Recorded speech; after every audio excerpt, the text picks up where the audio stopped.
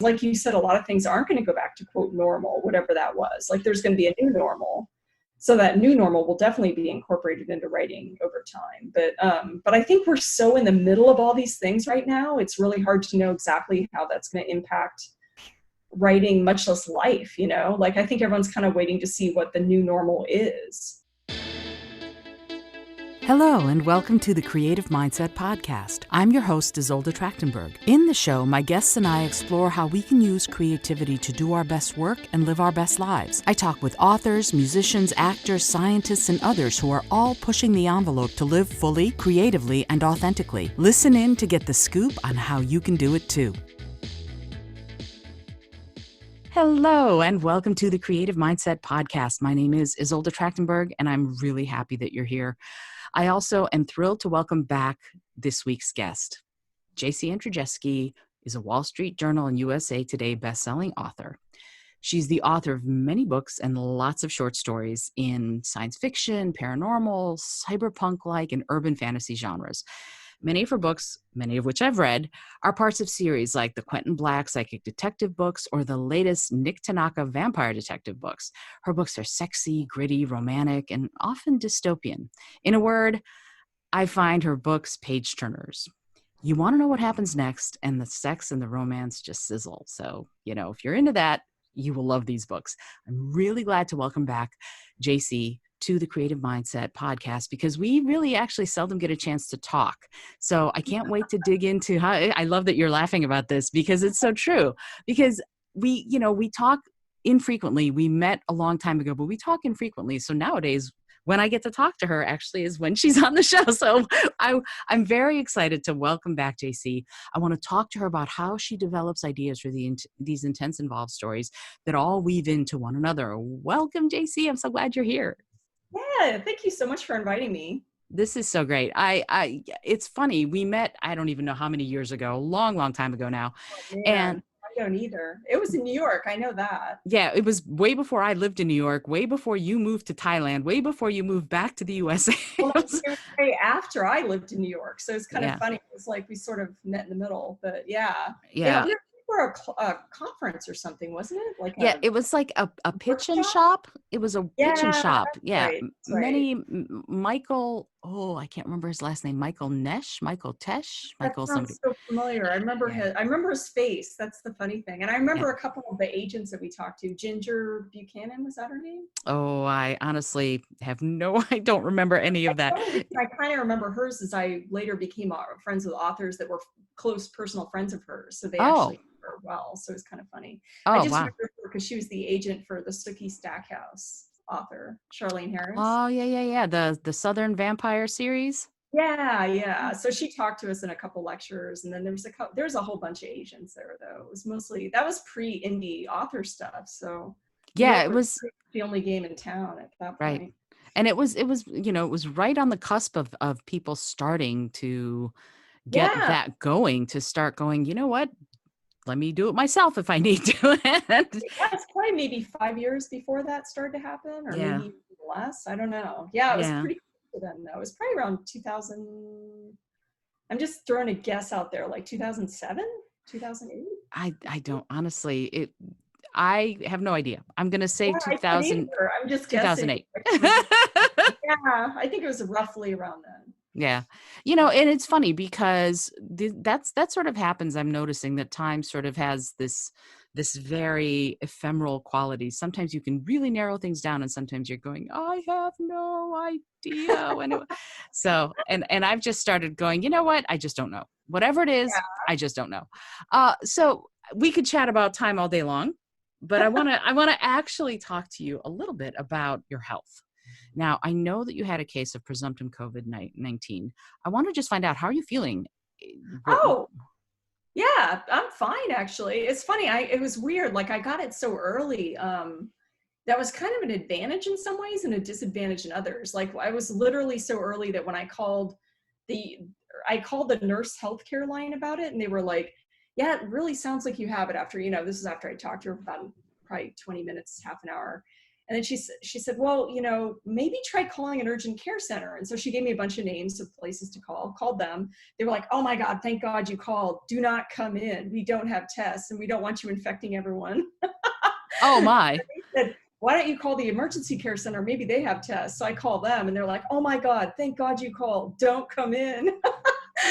So it was so early that they were kind of like just panicking about it because they didn't have tests. They didn't want people to catch it. They didn't know how contagious it was.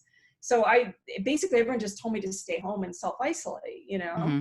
So I ended up being really sick for probably about 2 weeks, a little, maybe 10 days where I was really, really sick, and then I just had like 3 or 4 weeks of cough and like little stuff, but it would kind of come and go a little bit, like things like the fever and stuff. Mm-hmm. So it was a really strange illness. Like the way it manifested was really odd. Like the first probably 2 days, I just had a cough and no other symptoms. Wow. And then I got a really bad fever, and then I was really sick for like the 10 days or whatever. So I'm one of those people, I don't get sick very often to begin with. And when I do, it's usually like 3 days and then it's gone, So I'm pretty sure, if nothing else, I had something I've never had before. Wow. Even if it wasn't COVID, it was something that my system was like, not sure what to do with, you know what I mean? Like, right. What the heck is this? Yeah, I can imagine. And it probably was COVID, frankly, because I had just gone to 2 different amusement parks during like Chinese New Year type celebrations. Mm. And so there was a lot of people from mainland China there who were on vacation. Mm. And that was kind of like, we sort of knew about COVID. I remember even thinking about it a couple times, like maybe I should be more careful because I was riding all these rides with people from mainland China, and I'm just like, it's possible that they could be carrying something, but then I just sort of blew it off. And then, of course, like, 7 or 8 days later, I was sick. Wow. But yeah, I went to Disneyland and Universal Studios within that time period. So it was like the end of February that I went to the places, and then I ended up getting sick like the first week in March. Mm. Yeah, it sounds like it's the right timeline. And I'm so glad that you are back to health. That's amazing and wonderful. Yeah, it was kind of weird because I ended up locking down before anybody. Like I kind of stocked up on everything because I didn't know how long I'd be sick in the first week in March. So I've been kind of on lockdown since like March 5th. Wow. So, and I still sort of, I'm just basically still am, because I live in California, so everything's still shut down. And so, yeah, it's been over 3 months now, which is pretty wild. Or almost 3 months. It'll be 3 months in a couple days. That's, it's incredible that I've been thinking about that a lot, actually, about how adaptable we can be. Like, oh, this is how I have to live now. And you just sort of prepare and you just sort of do it and you get used to it in some way, even if you're, even if I'm frustrated with the fact that I want to be outside, or whatever. It's challenging for me though. I don't know if it has been for you, but like I've really it's made me realize a whole bunch of things, not just about myself, but kind of about our society in general. Like it's really hard to just sit and not do anything. You know what I mean? Like I think I didn't realize with all the travel and all the amount of time that I work off site, and I'm just one of those people. I'm always walking. I'm always going somewhere. I'm almost never at home. And I rented a studio with that in mind, thinking, well, I'm never there anyway, so what difference does it make? Which was not the best choice in retrospect, but hindsight's 2020.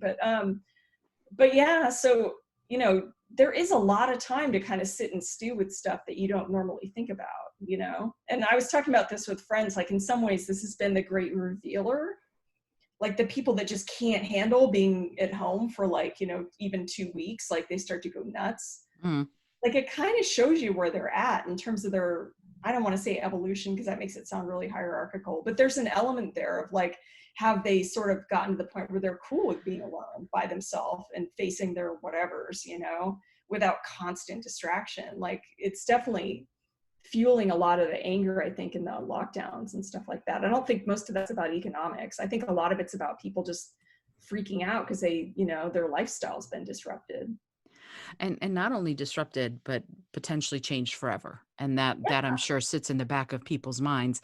Yeah, it's interesting that you say that. There's a lot of denial about it though, too. I think a lot of these people that are like, oh, it's fake news and stuff. It's funny that they call everyone else cowards because to me, they're kind of almost playing the ultimate coward thing because they're really not wanting to face reality. It's like, I'm just going to ignore signs and pretend none of it's happening because I can't deal with it. That's not a brave approach. No, that's no. like, that's something else, like when you will only listen to like, stuff that doesn't, I don't know. It's just interesting. It just really shows where people are at, I think. Yeah, it's got to be fear on a fundamental level. There's got to be Oh, so I'm much sure. fear there. And I And understand the fear. I'm not, mocking them for the fear. It's just interesting how it manifests. yeah, I it is interesting because in my mind, for me, I'm I'm in a place where I'm like, okay, if this means that I do all my stuff indoors, then so be it, then I will. But my sisters and I have started like a Friday evening happy hour, which we had never done before. It's not like we couldn't have Right. done it, but we're doing a Zoom happy hour to catch up. And we had never done that. One lives in New Mexico, the other lives in Atlanta, and I'm in New York. And there's no reason why we wouldn't have done it, except for now we have an actual impetus to do it. So I think people are coming up with innovative ways to get that connection, that need for connection fed, if you see what I mean. Absolutely. Yeah. My family's actually been doing it not as regularly this last like 1 or 2 weeks, but we were doing a Sunday Zoom. Hmm. And same, we'd never done that before. And it was really nice. I mean, it was really cool to kind of connect with them and see everybody and it's like Absolutely. 3 different households or 4 different households. So Yeah, or, yeah, it's 4 different households. So, and 2 of them have kids. So it was just cool.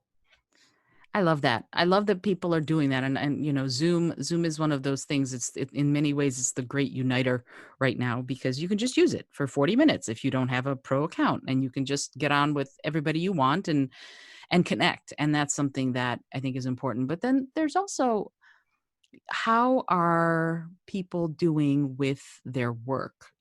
Can you work at home if you aren't used to working at home? And certainly some people have, essential jobs where they have to go out no matter what. But the people who have the luxury of being able to work at home, I wonder how that is going. And actually, let me ask you, as you're a full-time author, how has your writing routine fared through COVID and through, I want to talk about all the other stuff going on right now, but through COVID specifically right now, how has that gone for you?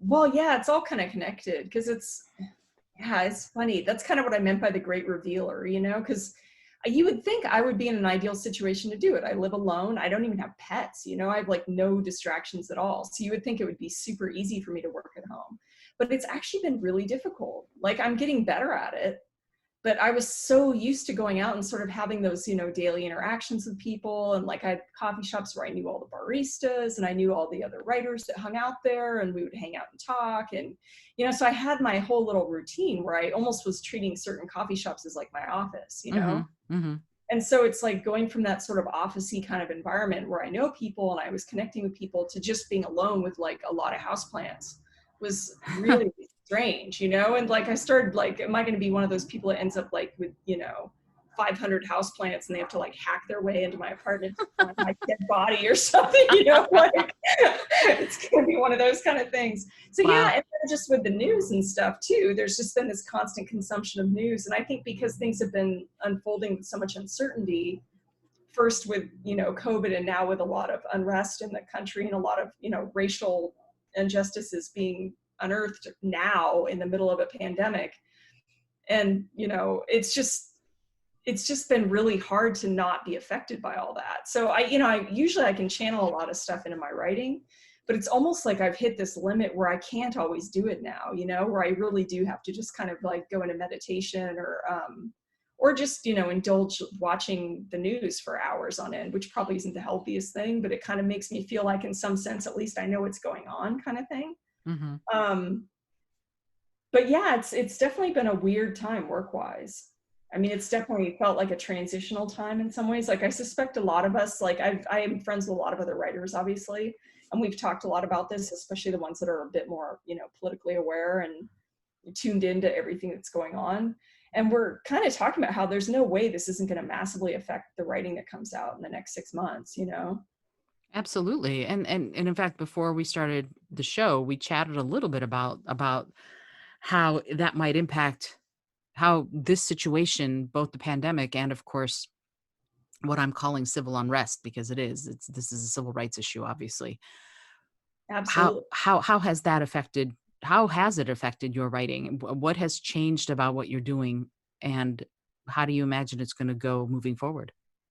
Well, it's kind of weird. I mean, I think you know this about me, but my background is actually political science. So my master's degree was in that, and I Uh-huh. studied primarily slave and ex-slave societies and caste systems, and a lot about social movements. So I've always written quite a bit about race. Like it's Mm-hmm. always something that's been of interest to me in terms of like just the way our human societies over time have grappled with different issues of otherness and inclusion, and even in terms of law. When I studied law, it was more discrimination law. Mm-hmm. um, so it's always kind of been in my writing, but I definitely feel like it's changing the way it's going to be in my writing, and I don't know exactly in what ways yet. um, but even the whole thing with the races that I've developed in my stories, there's a lot of analogies to things that I studied in terms of the history and like so yeah, I don't know. It's a weird one. I'm not sure how the pandemic's going to fit into all that. Like we were kind of talking about, like some people are saying like that, I guess we're going to have to like write the pandemic into our contemporary stories now. And then other people were like, hell no, I'm not going to write about that, like, because people thought it would be too depressing, because it's like going on now. So a lot Mm-hmm. of people don't really want to read about that right now. They kind of want to read about just quote normal life, quote unquote. But at some point that transition does happen, because like you said, a lot of things aren't going to go back to quote normal, whatever that was. Like there's going Mm-hmm. to be a new normal. So that new normal will definitely be incorporated into writing over time. But I think we're so in the middle of all these things right now, it's really hard to know exactly how that's going to impact writing, much less life, like I think everyone's kind of waiting to see what the new normal is. And I think, it could be a year or 2 years or 5 years before we know what that is, because everything's sort of been thrown up in the air right now. Yeah, absolutely. It And has. And election year, which makes it even more bizarre. And a lot of us have talked about how this pandemic, in some ways, even before all the civil unrest started, the pandemic itself was kind of this huge opening to make big changes, and those changes could go one way or the other. Like there's sort of a 50-50 chance that it could go into opening up society in certain ways and making some things much more inclusive, or it could go full-blown fascism. Let's get real. I mean, in history has precedent for both. So things tend to, like when you get these big gestalts where the whole society is disrupted at this level, like there's a huge opening, and that opening can go, and there's still human free will. It's not like it's inevitably, people act like it's inevitably going to go one way or the other, like, but it's not inevitable. There's always an opportunity to go either way. I I would like to think so. And honestly, I try not to get too political on this show, but I gotta say, it would be a very different story if we had leadership on the federal level instead of, Yeah, I you know. know, I've been trying to talk around that a little bit too, but it's so, like, I mean, when you see things like military helicopters being used in like wartime, like, in our capital, like that's basically what just happened, is they were using military tactics on civilian populations exercising their First Amendment rights. So things are escalating. I mean, that's definitely not something you normally see in America, even in, non-white communities that are historically, discriminated against. That's still unusual to have that big of a photo op type thing that's so national, like where it's so completely visible. yeah. So yeah, And it doesn't seem like the powers that be care that it's visible. If they honestly, if they had, I what was that? don't think they do either. I think Yeah. that they're counting on that hardcore base to like support them in whatever they do, Yeah. and everybody else to just let it happen. I think they're counting on apathy and and fanaticism. So I don't know. It's going to be interesting to see what happens with that, because yeah, I don't. It does feel like all bets are off in some ways. I don't think anybody could confidently say they absolutely know where we're going to be at by November. Yeah, I think predictive stuff like that is often for the birds. And right now, with things being so volatile, it's not something that we can. I don't even want to hazard a guess. The only thing, like one of the things that I'm doing on social media once every few days is here's how you vote. Here's where you get your absentee Yeah, ballot. Here's, because that's what any citizen of this country who is old enough to vote can do. That's absolutely. something any of us can do who are, over 18 and are citizens. That's the base. Economy too. I keep seeing all these economic predictions, and they're so almost hilarious. If it wasn't such high stakes, it would be funny, But what do you mean? They're just so confident in their like V curves and U curves, and this is what's going to happen with the economy, and they never factor in, well, I mean, they might give lip service to like we could have another big wave, but thousands of people start dying in droves, which after a holiday weekend and now all these protests, I mean, we're completely set up for a 1918 style huge second wave, Absolutely. and we're not even at the end of the first wave yet, really. So it's not even like, and they keep talking about, well, the fall. And I'm like I'm thinking July. I'm not just thinking fall, like, I don't know. So it's just interesting to see all these economic predictions that sort of factor out humans. And as someone who studied political science primarily, I took a lot of economics classes, and we used to always laugh about the fact that almost all economic theories do that. They kind of factor out human behavior. Like there's this assumption that everything's modelable, that you can model something and predict it, blah, blah, blah. And that's sort of how economics people are trained. And I remember we had this teacher that was kind of a smart ass, and he put us in a class with an economics professor and had us argue something. I don't even remember what it was now. Mm-hmm. And you could really see how the two niche trainings were so different, like, cause we would just tell him, well, that's not what human beings do though. And he would be like, well, that's irrational. And we're like, okay, yes, it is irrational, and that is human nature, and it was just really interesting, and I see that a lot when I see economists talk on TV, because their training really shows that they don't really fully factor in, the irrational that happens with major events, Well, I wouldn't even say the irrational. I would say the emotional. The emotion, it's not necessarily irrational. I think sometimes these responses, oftentimes human responses, are perfectly rational. They're just not predictive. Yeah, they're not descriptive, they're not passionless, which is sort of how economics is. I think economics has always tried really hard to be like a hard science. So they've tried to factor like certain human behaviors out of it. But the problem is, the economy is people. Sure. Like you can't really factor people out of people. So right. it's interesting to see. But anyway, so that's just one of the things. Like, I don't think we've come close to seeing the economic impact of the pandemic yet.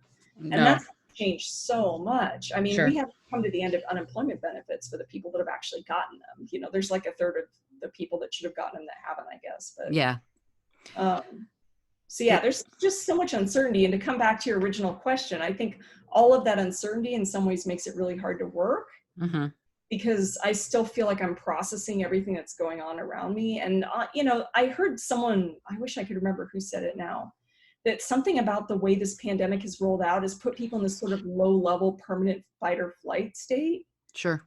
Because we're trying to figure out, we know we're sort of in danger, but we don't know what the danger is, and we don't know when it's going to end. And we keep thinking it's a short-term thing, but it's actually not. It's more like a year or two. And I think that makes it hard to work, being in that state. Sure. Fight or flight is to me anyway, it's not conducive to creative drive. No, it's not. And I've never had this problem. I'm not someone who gets writing blocks ever. Like, that's just not. And I've been in really tense situations, and I've written while I've traveled. I've written while I've traveled in dangerous places even. And it's just strange to be in the state where I'm actually struggling a little bit to write, even though I feel pretty normal. I don't feel like I'm in a state of fear or anything like that, So whatever's going on is fairly subconscious. But yeah, I definitely notice the effects of it because I'm struggling to write, which is something that doesn't normally happen for me. Yeah, and that struggle to me is partially, I think, that your subconscious has to process, and processing probably takes at least some of the same parts of your brain as creating, Probably. Yeah, it's probably hijacking certain elements of like my problem solving skills, if nothing else, Yeah.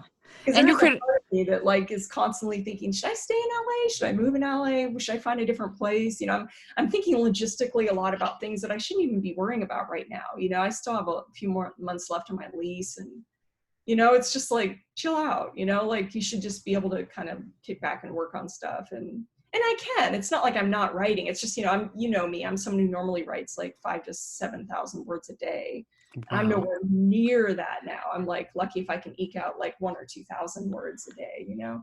Um, so yeah, it's just the sheer volume is very different than what I'm Yeah. used to. And I think that's part of what's going on for so many people. It's just different, and we still have to get our sea legs. You know, as a writer, as a musician, as a whatever you are, whoever you are, whatever you do, we're being rocked to our foundation right now in so many ways. And Absolutely. you know, Yeah. many of us have never had to deal with something like this because, you know, 1918 was the last time for the pandemic. And so, And the 60s were the last time we've had this kind of social upheaval too. yeah. And so, you know, this idea with social upheaval, I mean, I don't know. I today, one of our common friends now, author G. Miller, was on the show, and uh, he talked a lot about. I highly recommend, if you're listening to the show, go listen to that episode also, because it was so enlightening.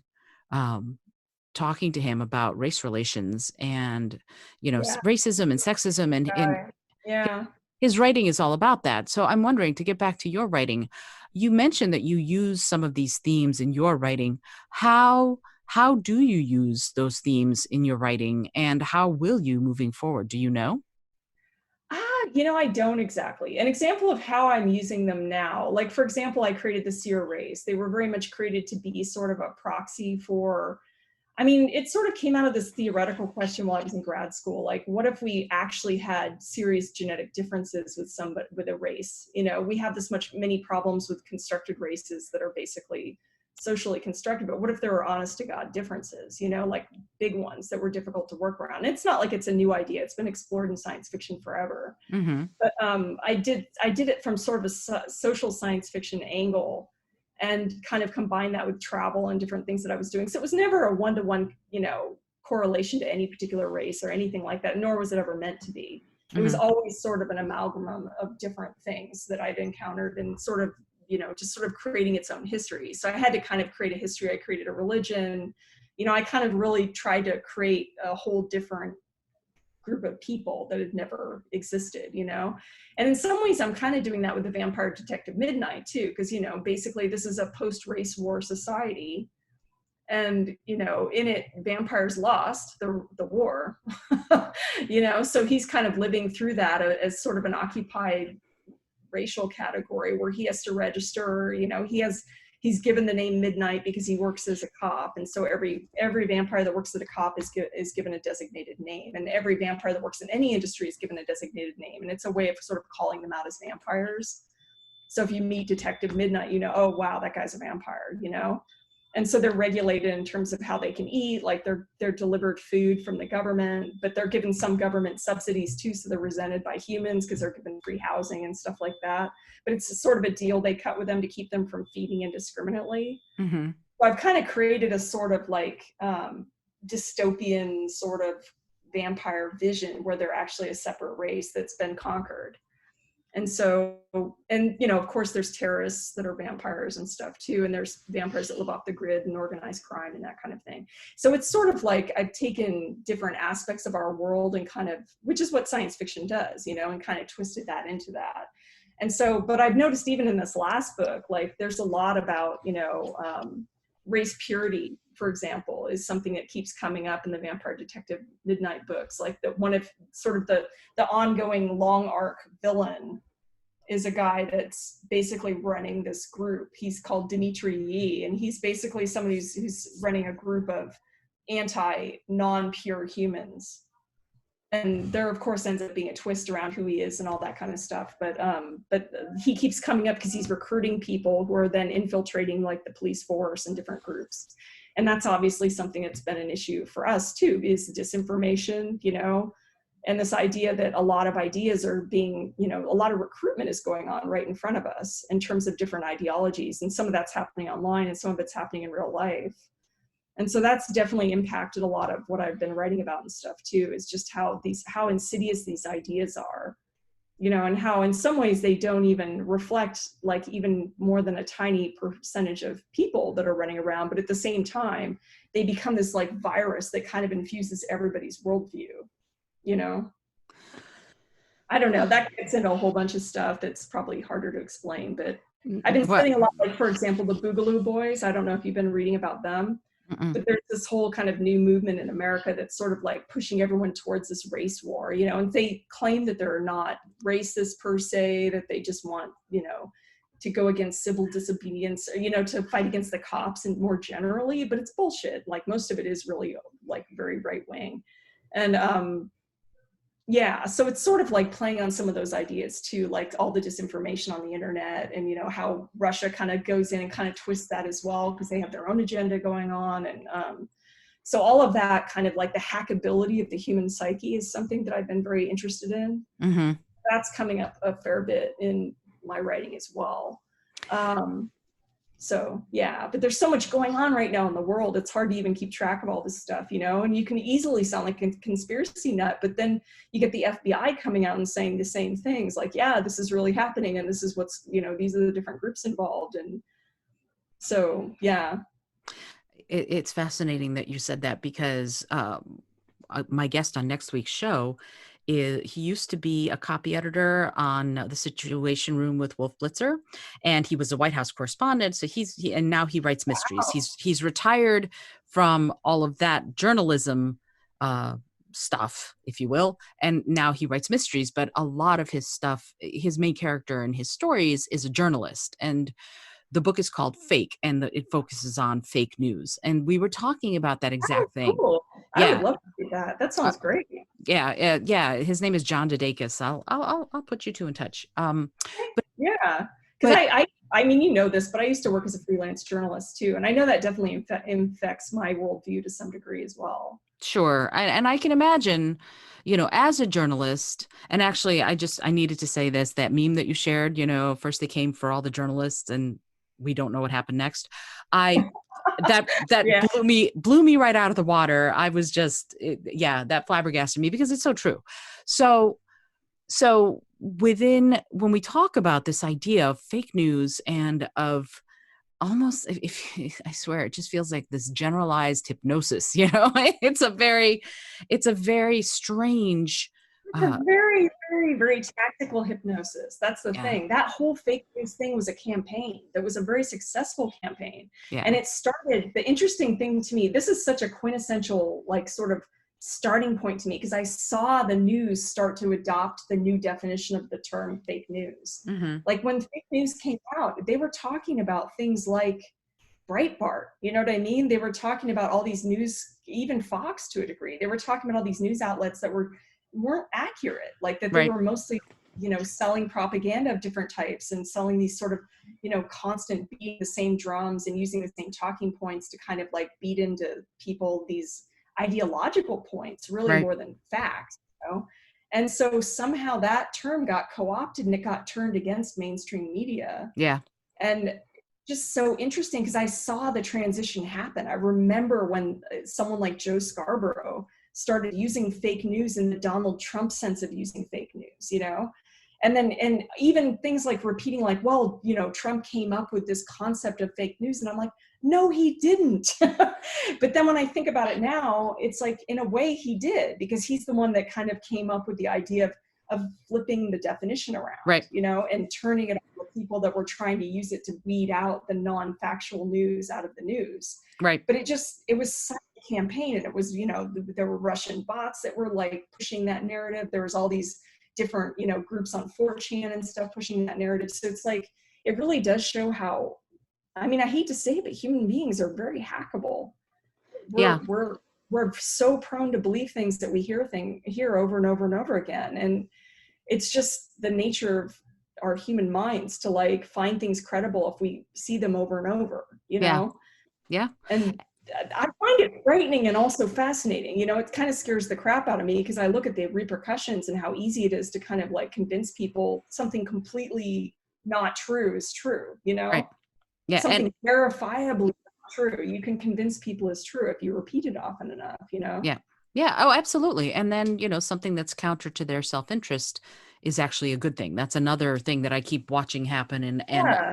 frankly, I don't understand it. But I remember when sorry, I don't say his name. I say either 45 or the occupier of the Oval Office. I just will not ever say his name again. Yeah.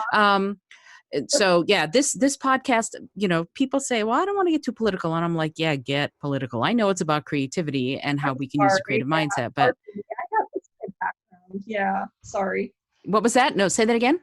Oh, I was apologizing for going there because No, yeah, it's my background, so I can't help it to some no, no, no, degree. absolutely. I mean, No, please do not apologize. This is exactly what I think it's important for us to talk about. Creatives, one of the things that I think that creatives have in abundance is the ability to solve problems creatively, the ability to think laterally, and the ability to think critically.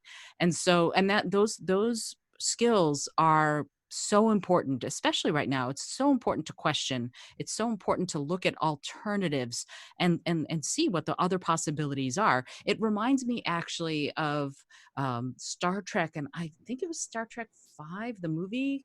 There's a beautiful moment that really illustrates this to me when when Captain James T. Kirk finally shows you who he is and what he's really made of. They go to the center of the galaxy and they meet God, and God finds out that they have a starship with them, and God immediately is like, bring to me the starship, bring me the starship, I must have the starship here. And all of his followers are like, yes, yes, bring God the starship, bring him the starship. And Jim Kirk goes, excuse me, what does God need with a starship? And I thought, that exactly, that's the question we need to be asking. We need to be looking critically at what's happening in front of us. And so when you talk about this stuff, JC, for me, it's so important to look at it from different perspectives and to question. So when you're talking about it, I think right now I keep coming back to these sound bites that it's easy to say and it's easy to hear, and then it sort of worms its way in, and you start doubting what's right in front of your eyes. What are your thoughts on that? absolutely. No, I agree. I think that's what we're witnessing to a large degree. It's sort of like people talk a lot about bubbles and being in your own bubble, but it's not just about bubbles. It's about choosing which reality you like the best. And that's such a bizarre idea when you think about it. It's Yeah, like, I'm going to choose my set of facts and my reality because this one jives better with what makes me feel good. right. And it's just, I don't know, it's such an unusual time, and I think it's to some degree a product of the fact that we're still infants in the whole social media and internet world, and we haven't quite learned how to navigate that responsibly. And I don't know. I don't know if we'll get there or not. I have no idea. There's definitely forces that don't want us to get there, that would like to keep, using that as a tool to keep people compliant in different ways. Sure. Look at how China uses it. It's not much different. Well, it is pretty different, but that's the thing. We don't want to go that way, and that's the other extreme. So I don't know. It's interesting times, man. It's almost like there's so much to think about in terms of what's going on. It's hard to know which things are the most important. Just I I in terms agree. of priorities, it's like there are so many priorities. I mean, I think that's part of the reason I struggle a little bit, because there are just so many big ideas behind a lot of this too. Oh, yeah. And these big ideas still relate to writing, to art, to music, because one is a reflection of the other, whichever direction you're looking from. So I keep coming back to that. It's funny. I was talking at a meeting the other day, and they asked me something about keeping people engaged, and I said, well, I tell a lot of stories, and the stories are what my friend Dan actually calls teleparables. I quote movies and television because those stories are immediately relatable. You know, they're right there. Often people have watched the show and they'll know exactly what episode I'm talking about. So it is a Yeah. hook that allows people to do that, to go, oh yes, I remember this, or oh yes, it's relevant, because there were all these very talented writers in the writer's room coming up with the exact right things for the person, for the character to say. And so when you're writing, how much of that do you do? How much of wordsmithing what you're trying to say, or what you want your characters to say, or what you want your world to be, do you do? No, that's not really how I write. I Okay. kind of, I think that's part of why this is sort of affecting me so much is like, uh, I have a friend that, um, she called me what is it, an intuitive pantser, Mm-hmm. which is kind of like two different styles. Like people talk a lot about plotters versus pantsers, Mm-hmm. kind of write at the seat of their pants. It's a writing term. And, there's different ways that people write. Some people plot everything out and, basically follow an outline, and other people just sort of write where their characters tell them to go. I generally fall in that second category. I do a small bit of outlining sometimes, but for Mm-hmm. the most part, it kind of goes out the window once I start writing and once I get to know my characters. But the same kind of happens with my plots. Is there's an element of like the meat grinder, like everything that's going on in the world kind of gets thrown into the meat grinder. And the same friend used this term as well. And she would just talk about how, like, whatever comes out comes out. And that's sort of how I've always written, is that sort of, I don't really plan out things to like have like, I don't actually like things that are super soapboxy as a consumer of art. So maybe Mm-hmm. this is part of it. Like, I kind of prefer things where it feels more organic and it comes out and it gives you some room to sort of look at it and go, oh, okay. Like, I like stuff that's issue oriented, but when it gets soapboxy, it doesn't Mm-hmm. really, it's not so much that I'm judging it. It's just not as effective, in my opinion. Mm-hmm. I think when you tell people what to think or get too heavy handed on it, you're not giving your audience enough credit. So in a lot of ways, I just don't do that, because it's just not how I write. So I don't give my characters grand speeches about political events, or like, you know what I mean? Like, that's not something that, it doesn't generally come out like that. Mm-hmm. Like, occasionally, like, for example, the last book, Nick was, he'll occasionally grumble about humans and that kind of thing. You know what I mean? Mm-hmm. Like, so it's like, it comes out sort of sideways, but I try to make it true to the character Mm-hmm. and like true to the situation. So like, of course, people are going to have issue oriented gripes. We all do. Like, as human beings, like, we all get pissed if, as a woman, you're treated like an idiot because you're a woman or whatever. That's going to be part of your identity. Sure.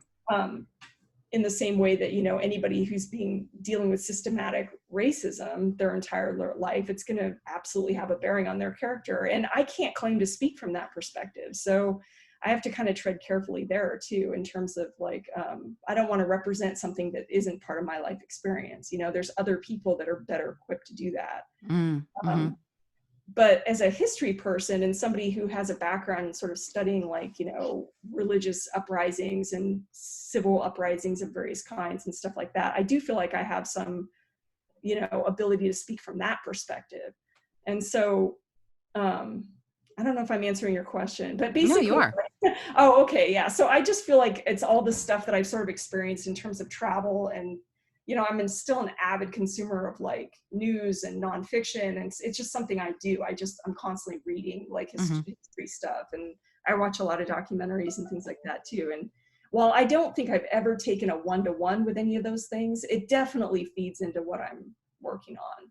Mm-hmm. My most recent vampire detective book was about nanotech, and that's not something that's really in the news right now.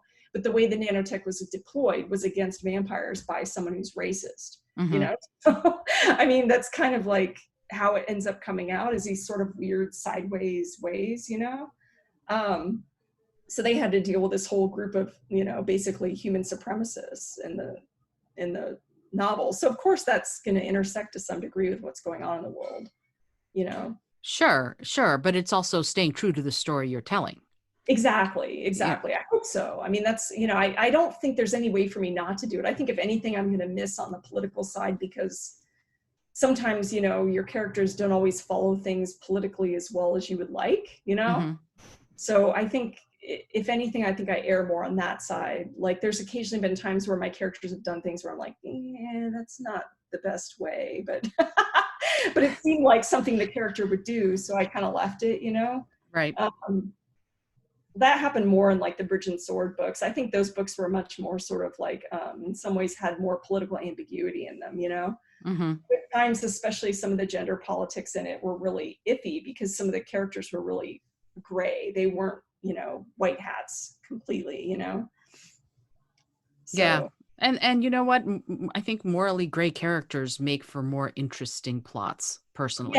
yeah. But I can see why people would be offended by it at times too, you know, like where they're just like, dude, you know, this guy is kind of like being abusive. And I'm like, yeah, he is. You know, so But there's that's, that kind of thing, you know, like, yeah. so I have to worry about that more than I think. But yeah, in terms of the soapboxing, there's some people that can really pull it off, you know. Mm-hmm. And I love issue books. Like, I'm not saying don't write about politics. I think all art is political, you know. By not talking about politics or pretending like the world is this squeaky clean, beautiful universe, you're also making a political statement, you know. Right. So no matter what you write, it's political on some level. I mean, even if you think it's not, it is. So I'm definitely not saying don't do that. But I do struggle sometimes with things that are a little too on the nose, you know, where it almost feels like the author has inserted themselves into the story as a separate character. That doesn't always work for me. I mean, some people can pull it off, but it's pretty rare that it doesn't come off as kind of clunky and sort of jerk me out of the story, you know. When you feel like there's an invisible other character there. Yeah, it just feels like it becomes a little bit of an ego wank for the author, you know. Mm-hmm. And I think there's better ways to. I think the power of stories is they get under people's more, you know. I remember they did this thing where they found that people if you're presenting a new idea to someone in a nonfiction context, their initial reaction is to reject it. Sure. Just the way the human brain works, like we Mm-hmm. reject the new, you know. But if you present it in fiction, often it comes in kind of disguised because people read fiction from a different part of their mind. It comes in much more as like softer. It's like a softer landing. So to me, like the idea of using fiction to tell those kinds of, or to get across those kinds of ideas is very powerful, and it's something that shouldn't be used lightly, you know. And there's a way in which you can write fiction where you become soapboxy, where you kind of put them more in the analytical space, where they're going to be like, nope, I reject that, you know. Mm-hmm. And I guess part of it is for me like just a practical thing of wanting to say, you can hear the helicopters. Yeah. Yeah, they're relentless, man. They started at like 8 a.m. this morning. Wow. But yeah, so I don't know. So some of that's just a fiction preference too, but also an effectiveness thing. Like I don't think it's as effective to do that, to soapbox too much. I can see, depending on who the author is, if it works, it works. If it doesn't, I can see it definitely being clunky. And it feels, you know, it's weird, but if you're preaching to the choir, then preaching is okay. You know what I mean? But I'm saying stuff in absolutist terms, and nothing's absolute. I've seen people do all different kinds of things extremely effectively if they have the skill to do it, and the right voice to do it, like you said. And there's forms of narrative nonfiction that are absolutely beautiful, that are not, you know, pretending to be fiction, but kind of almost read like fiction. mm-hmm. Like I still remember this book I read, God, I was probably 18 when I read it, called City of Quartz, that was about Los Angeles police. Mm-hmm. And sort of the history of Los Angeles. And it was so well written. I think it was Mike Davis. It's weird that I remember this, but I'd have to go look. I don't know if that's the author's name or not, but it was a nonfiction book about the history of Los Angeles. And it went into everything, like the history of the police force, the history of water rights, and how that affected the politics here. But it was so beautifully written. It was almost like reading fiction, you know?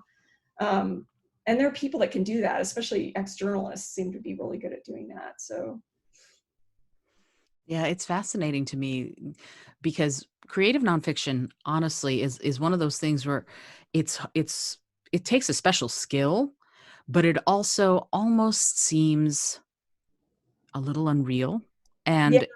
you know, and I think to your point that it might be more acceptable that way, because it feels just like it could be a little bit unreal, a little bit fictionalized, even if it's real, even if it's nonfiction. Somehow we're able to take the story of it and listen to it as a story being told, or read it as a story being told, instead of these are the facts and just the facts. And that, Yeah. I think that makes it. A different tolerance for, just dry nonfiction. I can actually read that stuff okay, like depending on what the subject matter is, Mm-hmm. but yeah, a lot of people, they just don't read that stuff. Yeah. But I can see pros and cons to both, because it's funny, I was watching the movie Harriet last night. I finally got a chance to see that. Mm-hmm. And one of my gripes was it was a little too fiction-y, you know what I mean? Like, I Mm-hmm. kind of wanted to see her as a little more of a human being. Like, I wanted to, because she's someone, for whatever reason, I kind of glommed onto her even when I was really young. I just found her so fascinating when I was a kid. Mm-hmm. And I just was completely obsessed with her story when I was really young. And so I've been kind of wanting a Harriet movie for a really long time, and it was just, it was good. Don't get me wrong. I did enjoy it. And I really liked that they kind of put in the element of her being psychic. Mm-hmm. I don't know if you've seen the movie, but I thought that Mm-mm. was really fascinating that they put that in, that she, quote, talked to God, and because I've seen it portrayed in a lot of different ways, that she was epileptic and, that she had brain damage, and both of those things can be true as well. I don't know. But it was really interesting the way they framed it in this particular movie. But at the same time, they kind of gave her a few too many speeches, and it was harder to see her as totally a human. I don't know if that makes sense. But Yeah. it probably would have had to be a lot longer movie for them to pull that off. So maybe I wanted to see a mini series instead of a movie. Yeah. She was, obviously, so courageous and Such such, a fascinating character. She yeah. just had the most amazing life. And like, maybe I do want a mini series. Maybe that's what it comes down to. I want more, like, it just wasn't enough after, waiting, 45 years for something on her, like, to have it be, an hour and a half maybe wasn't enough. Yeah. How can you tell the story of that big a life in just an hour and a half? That's, She led troops in the Civil War. She yeah. was a trip. Yeah. It's like, yeah, she's amazing. Yeah. And again,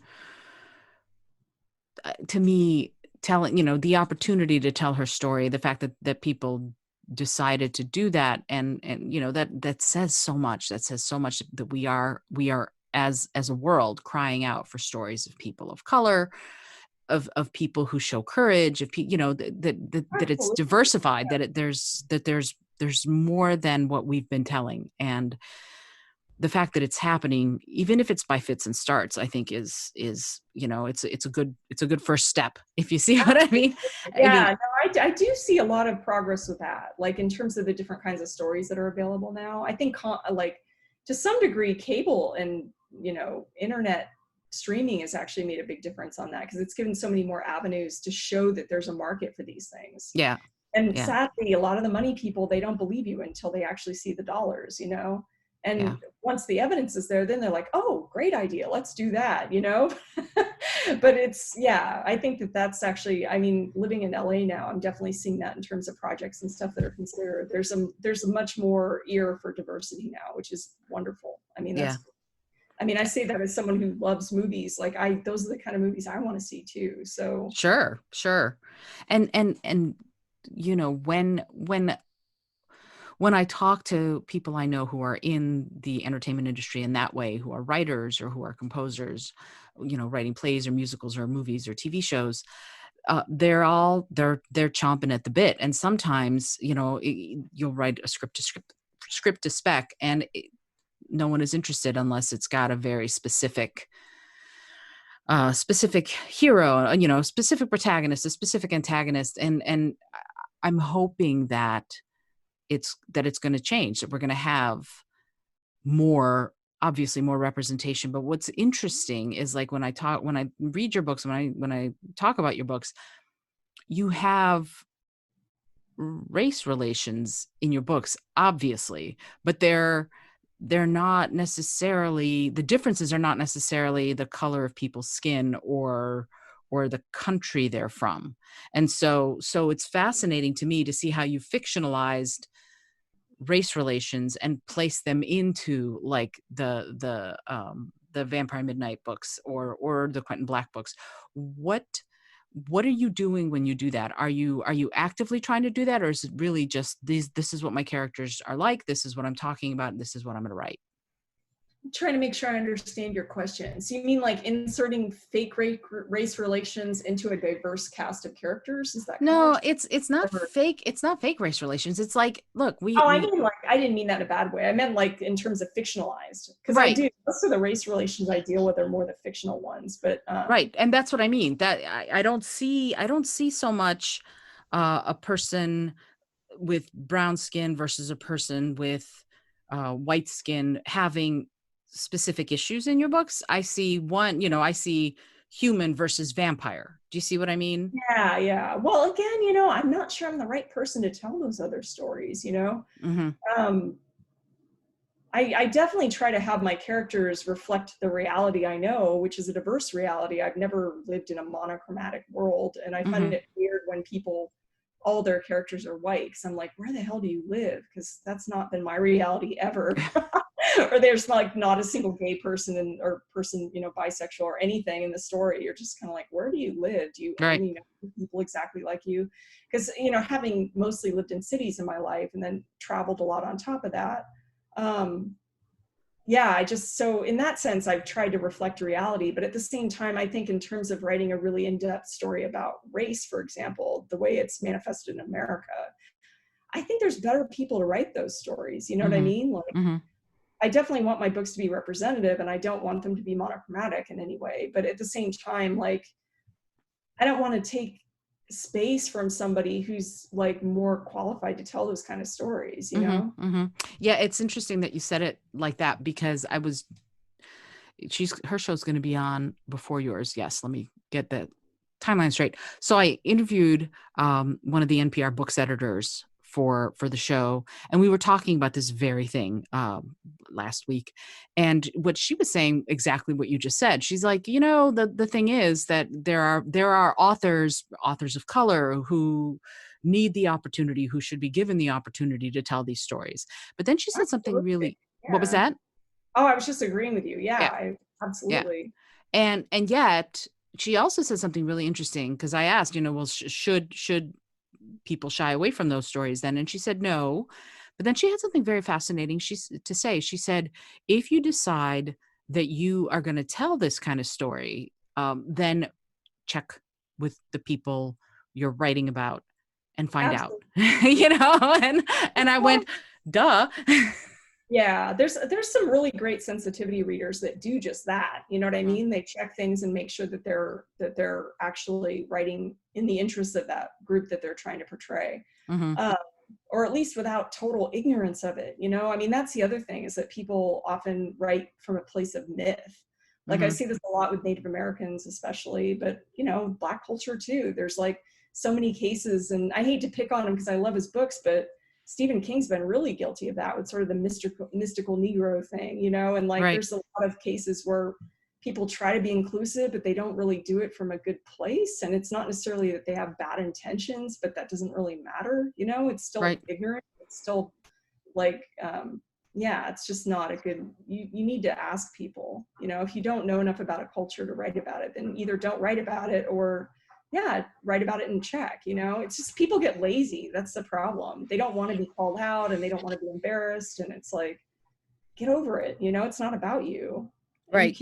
you can't just borrow people's culture because you think it's gonna like make for an interesting subplot or something. Yeah. But Just it really is like, interesting. Well, I'm sorry, I lost what you just said. Say that again. oh no, I was just saying, it's, if nothing else, it's really lazy. I think Mhm. even if it's not quote nefarious, it's not, it's inconsiderate in No. the extreme. Yeah, absolutely. No, I get exactly what you're saying. And it's interesting, Grant Miller, when he was talking about the TV show Gilmore Girls, and he said, he lives in Connecticut, and he said something very interesting. He said, I watched seven seasons of that show before I found out that they are supposed to live in Connecticut. And he's like, what Connecticut are they living in? Because it's completely not diverse. And he's like, there's no place in Connecticut Universal that's like that. lot. It's Yeah. the universal lot of Connecticut. Yeah. Yeah, yeah. I never actually saw that show. It's weird. It's one of those that, yeah, I've never seen it. Not even Well, one episode. Is it yeah. good?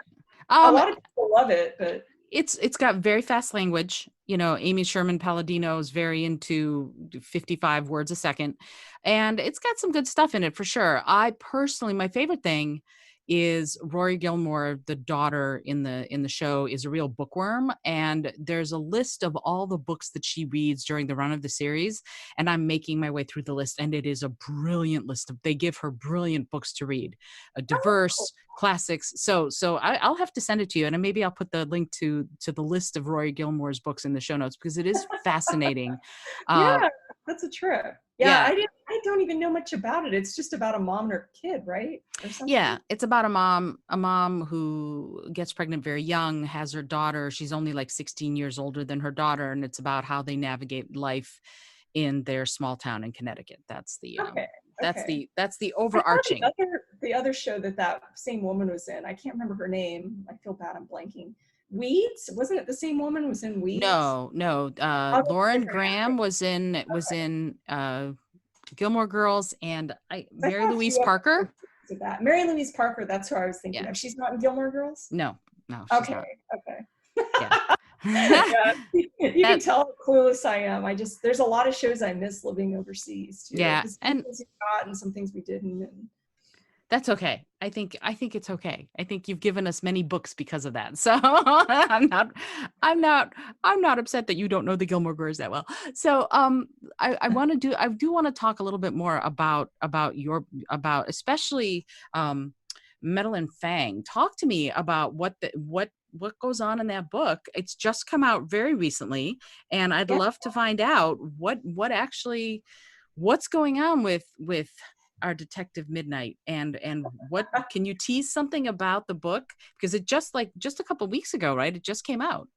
yeah, it did. It's the fourth book in the series, so it's definitely they're kind of written to all be standalone, so it should actually work on its own. But there are some overarching like kind of plot points that would make a lot more sense if you start at the beginning. Mm-hmm. Um, but yeah, basically at this point, he's sort of evolved from being where at the very beginning of the first book you see him, he's really kind of just like a wage slave vampire, you know, where he's kind of living under the thumb of the what they call the ISF, which is the interracial friendship committee Oh my. or a friendship league. Yeah, but anyway, so yeah, so he's kind of stuck working under the thumb of this racial bureau that kind of monitors his every move. But then you sort of watch him evolve over time as he makes friends in New York, because the very beginning of the series is him moving to New York from living in LA. Mm-hmm. um, so by book four, he's kind of got this group of friends around him now, and he's sort of working kind of on the grid and off the grid because he's got friends helping him kind of stay off the grid to some degree. Mm-hmm. So he's more acting like a regular cop in some ways. He's also made friends with the human cops that he works with. So the beginning of the book is basically another Midnight, which is a vampire detective like him, a vampire homicide detective, gets murdered by some mysterious device that they don't know what it is. And then it turns out like they're kind of booted off the case as NYPD, because all these like national and international agencies get involved, and they think it's because it's some sort of illegal tech that's like actually shouldn't even be in existence since the treaties of the war. So Mm-hmm. kind of like their Geneva Convention post-war like included a lot of devices that were supposed to be illegal. Mm. And so the implication is, oh, well, we're being booted off this because this is like military industrial shit, you know? Mm-hmm. Um, but the problem is his now friend, who's his coworker and kind of his boss, a human police detective, was actually dating that Midnight. And so Ah, he's unwilling to let it go. right. You know, he doesn't want to let it go because that's his girlfriend, you know, and it turns out they were living together secretly for like 10 years. And so, you know, Nick's kind of blown away by that because he always thought the guy was kind of like, you know, he wasn't anti-vampire, but he kind of thought he was sort of a by the book dude. So it kind of opens up a lot about these characters. Like I would say it's probably one of the biggest character reveal books I've written, because like all these characters you kind of thought you knew, like all of a sudden you see a whole other side of them. Mm-hmm. uh, and the same kind of happens with Nick and his own girlfriend. And then it happens also with one of the women that's sort of, he's got this uneasy alliance with this woman who runs this giant like defense contracting company. Mm-hmm. And she's sort of taken a liking to him, but she uses him too. He's sort of her plant in the NYPD to find out what she wants and stuff. But at the same time, he's used her as well, because of her, he's able to kind of work off the grid and stuff too. And so he's not as much under the thumb of the racial authorities as he used to be. Mm-hmm. Because kind of having her as a friend has kind of given him a lot of advantages. So yeah, a lot of it's about relationships and stuff, but at its core, it's a mystery. You know, they're trying to figure out what the machine is, who has it. And then once they know that, they're trying to figure out how to stop it, you know? Right. So it's a lot of action and stuff too. It's not all character stuff, but it was interesting to write because a lot of it was sort of about these sort of, you think you know the person, you think you know what their life is, and then you realize, oh wow, I've got a lot more in common with this guy than I thought, you know, because Nick has a secret relationship, and so now he finds out his boss actually had one too, and not only that, he had one with a vampire, you know. So it's kind of like, yeah, it was fun to write. That's really cool. Yeah. That's really neat. And you can get it at all your standard places. Where would someone who wants to dig into these books go to find them? The paperback should be pretty much anywhere, or orderable anywhere. There might be places you'd have to order it, like for small bookstores and stuff. But Mm-hmm. Amazon, I actually have an exclusive contract with them right now for ebooks. So if you Mm-hmm. want to read the ebook, like your best bet is to go to Amazon for that. Okay. Not actually allowed to sell it at other vendors right now. So it's kind of a bummer, but I have a lot of readers that are on the Kindle Unlimited program. Mm-hmm. And so it kind of allows them to read it, not for free, but they have a subscription service. And so they can, you know, pay a monthly fee and read whatever they want within that. So it kind of helps out those readers. But yeah, it's kind of a devil's bargain, you know. It's like, it sucks like not having it on every platform. So I kind of go back and forth if I should put the books wide or not. But for now, at least they're on Kindle Unlimited. So Okay, so people can find them on Kindle for ebooks, and yeah. anywhere you go to buy your print books, generally Yeah, speaking, you can paperback find they them. should be selling anywhere. I mean, it's a new book, so it may not be on all the lists yet, Mm-hmm. but yeah, you should be able to find it Barnes and Noble anywhere because they distribute pretty much everywhere. So Very cool. Very cool. So I have just a few more questions because I know you have a life to get back to. When you market your books, how do you connect with your fans? Do you have a newsletter? What is your primary way of gaining new followers and also communicating with the people who already are fans of your work? you know, it seems like it gets harder all the time. I think just because there's so much competition out there now, it's like you don't want to bother people. But Mm-hmm. at the same time, it's like, yeah, you got to keep people informed and stuff. So I have a blog that I try to keep people informed with new releases and stuff, and that sends out to a bunch of people. And then I have a newsletter. I don't write on my blog as much as I used to. I probably should go back to that at some point. But again, it seems like a time issue a lot of the time. Mm-hmm. I also have a group on Facebook that's just like a readers group, and that's probably where I interact with readers the most one-on-one. Because, you know, I post stuff in there and they ask questions, and, you know, they post stuff for each other, you know, different little fan things, and they post questions to the group, you know, and talk about the different plot lines. And so like when this book came out, they all like post all these things like, oh my God, have you read this part yet? That kind of thing.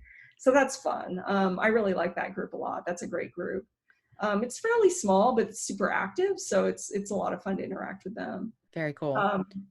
Yeah, I think it's only about 500 people or something like that. It's not a huge group. I mean, compared to my mailing list, which hits a much broader group, you know? Uh-huh.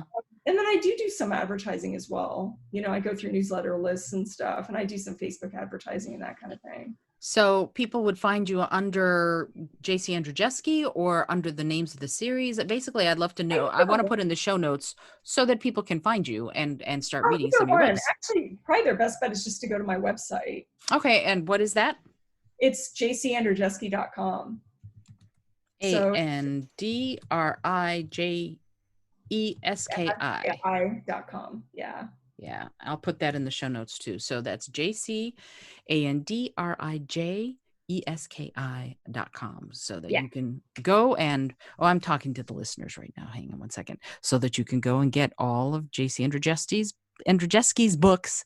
That's where you go. And if you want to learn more about who this fabulous person is, you will learn more about her on that page more about how she writes and what she does. It's very cool. And you do actually, you have, I'm on your mailing list. So I get the emails, and they're always really entertaining and always have something substantive to say. So, cause I know that some people send stuff out oh, I sneezed, got to send my mailing list. And you don't do that. Yeah, mine aren't quite as regular, but I try to only do it when I have something to tell them that they might actually care about, Right, exactly. Not that you changed your shoes today or whatever. So, Yeah. Is there anything else that you'd like people to know right now that we haven't covered? Because we've ranged far and wide, but I want to make sure that we have, if there's anything else that you'd like to say. I only have one other question to ask you after this. So anything else you'd like to say? No, just I think that's great. If people want to go to my website, I'm happy to answer emails. If anybody wants to, obviously sign up for my newsletter if you want to know what I'm working on or what's going on with my writing world, or what books are on sale, all that kind of stuff. I also post sales by friends and things like that, or just big book sales I might be a part of. So it's a good place to go if you just want to, check out what I'm doing writing wise. Yeah. That's the only thing I can think of off the top of my head. I mean, the reading group's great too. If you are on Facebook too, definitely join up with that. You don't have to have read a bunch of books to be on there. It's kind of a range. Like some people are like diehards who read everything, and then some are just really into one series or another. Mm-hmm. So Facebook group, and I'll put the link to the group in the show notes too, so that people can join there as well. Well, I'm so glad we took this opportunity to chat, because again, we hardly ever do. So I know. We gotta do this more. Absolutely. And just to catch up also, but I love your take on the world. But last time you were on the show, we talked about the sort of more metaphysical aspects of the gestalt of both your writing and also sort of life, the universe, and everything. And we didn't talk about that this much. So I'm going to put the link to the first time you were on the show in the show notes page also, because I think you have a really fascinating take on so much of that. So, and we didn't talk about it this time. So maybe next time, the next time you have a book come out, let's do this all over again. Yeah, that's definitely a big theme in my writing too. There's a lot of metaphysical stuff in there too. So it's kind of, it's weird. It's like a mishmash of those things. Yeah, but see, and when you say mishmash, but I can see the sort of the veins of it running through, and I've read a fair number of your books already, not all of them, but a fair number. I can see the veins of it running through all of your books, but it's never like what you were talking about earlier. You don't hit anybody over the head with what you're saying. It's sort of interwoven into the world and into the plot and story that you're telling. And I've always found that that's a real skill. I don't know if you realize that that's a real skill, but it is. Yeah, it is. It's lovely. So I have one last question before I let you go. And it is something that I ask everybody who comes on the show.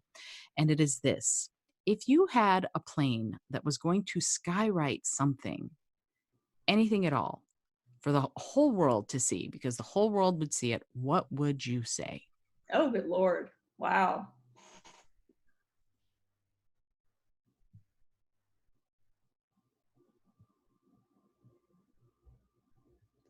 Man, there's so much going on in the world right now. It's hard to know. Mm-hmm. I mean, so many different slogans that are relevant right now. Well, just whatever comes to you is really the thing. Whatever you think is the thing is the thing. Only love will save us. That's lovely. Yeah. Absolutely. It might be cheesy, but that's honestly the only thing I can think of that globally is relevant, I mean, it's the only thing that's going to save all of us is like rejecting hate, Yeah, I'm right there with you. I think it is. I think it is turning away from fear and turning away from hate and turning away from apathy. What do you have left? You have love. So that to me is it's absolutely applicable and also poignant.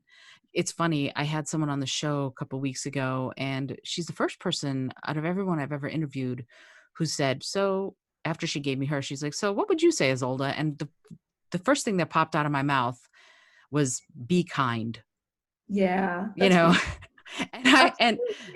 I was like, I thought about it and I went, wow, that came out fast. And then I went, and I stand behind it. That's perfect. You know, the only other thing that I would say is leave it better than you found it. That's the other, uh, that's the other thing that comes into my head for stuff like that. But it just, you know, really, I mean, that works for like small children. That works for everybody. You know? Exactly. So, yeah. And it's so I'm not trying to kumbaya anything or whatever, but I really do feel like what you said is so important. It's crucial. It's crucial to stem the tide of where we're careening. And I can't help but say and think and wish and dream that we stem it. And I think you're right. I think uh, love can, and if we give it a chance, will change things. So I hope so. yeah, Yeah.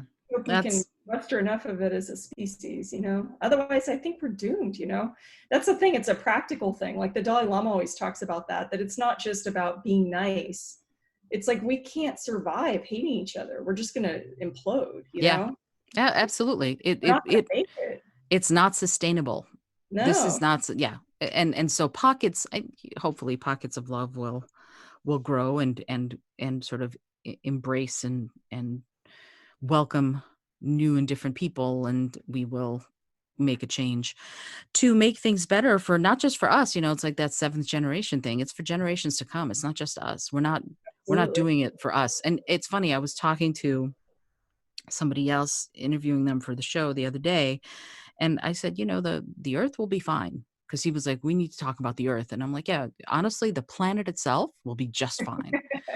It's everything on the planet that's going to have a really tough time. You know, the water, the plants, the critters, the two-legged, four-legged, flying, winged, whatever critters, they won't be fine. The planet will be fine until the sun burns itself out in about 4 billion, 5 billion years. So I'm not worried about the planet. I'm worried about everything on the planet. And that's the thing. And I think love sort of, I know it sounds pedantic to say love conquers all, but I think love can embrace all. And I think that's the important thing. So there, I now will step off my personal soapbox. No, it's beautiful. Speak away. Yeah. All right. So I want to, again, thank you, JC, for joining me today. You're going to need to find her. You're going to need to find her work. You're going to need the Vampire Detective Midnight books, the Quentin Black books, all of there's so many others, right? So find her books, find jcandrijeski.com, join the Facebook group. She's fabulous, as you can tell. And you're going to learn a lot, and you're going to think a lot, and you're going to enjoy just the way the writing flows. So I highly recommend that. I also want to say thank you so much for joining us for this conversation that we've both been wanting to have for so long. If you did enjoy it, please consider. Thanks so much, Alyssa. Oh, it's great to see you. Thank you. You're a lovely host. Oh, you're so sweet. Thank you. I appreciate that. That's I like to hear that, because I sometimes I worry that I overtalk because I get going, and it's impossible for me. I always talk too much. I love it. Oh, well, thank you again. I appreciate you being here. Once again, this is Isolde Trachtenberg for the Creative Mindset Podcast. If you like what you heard, consider leaving a review. Send me a comment and let me know about anything that you have questions on, or if you want more information, I'd be happy to try and find it for you. If there are guests that you think I need to have on the show because you know a super amazing creative who is kicking butt and taking names, as it were, please send them my way. I would love to interview more people, particularly a diverse population of creatives. That's something that I would really like to make sure I do. Do send me their names, or reach out to me if you want to be on the show. I'd love to talk to you. If you're a creative peak performer, that's what the show is all about, is to get your work highlighted, but also to give your wisdom to the people out there who need to hear it. So this is, once again, Isolde Trachtenberg for the Creative Mindset Podcast, and I send you all of my love.